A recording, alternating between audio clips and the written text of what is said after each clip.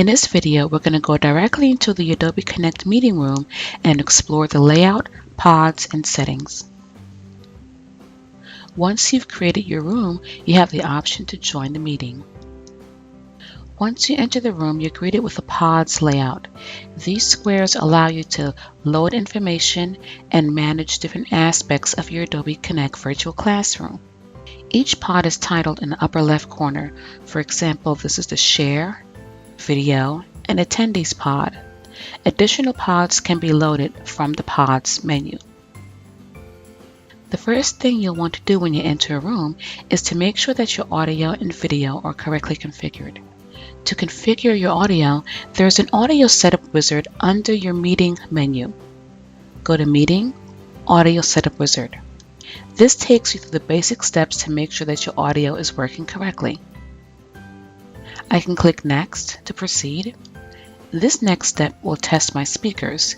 Click Play Sound and make sure that you hear the sound.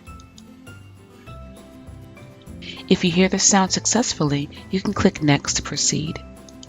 Next, make sure your microphone is correctly configured.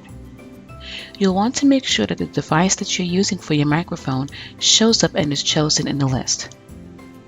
In the next screen, you'll test your microphone by clicking Record and saying a phrase.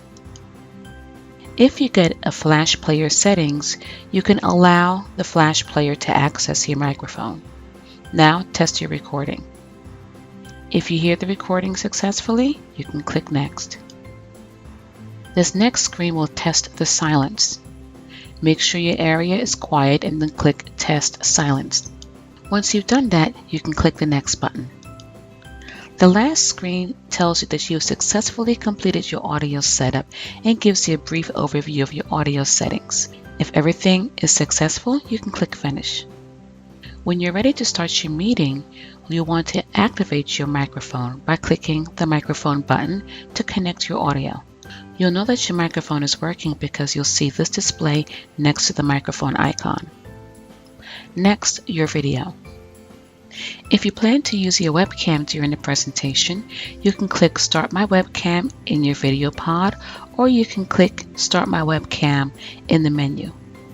When you click it, it'll activate your camera. You'll want to make sure that the video camera is situated to frame your face properly.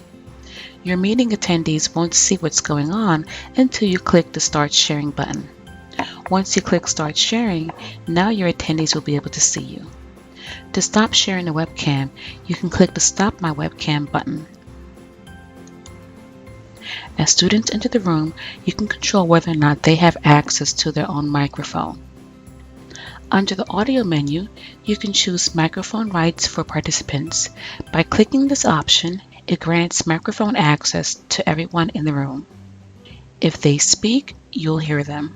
To disable everyone's microphone, you can go back underneath your Audio menu and uncheck Microphone Rights for Participants. If I only want certain participants to be able to access their microphone, I can hover over that person's name and choose Enable Microphone.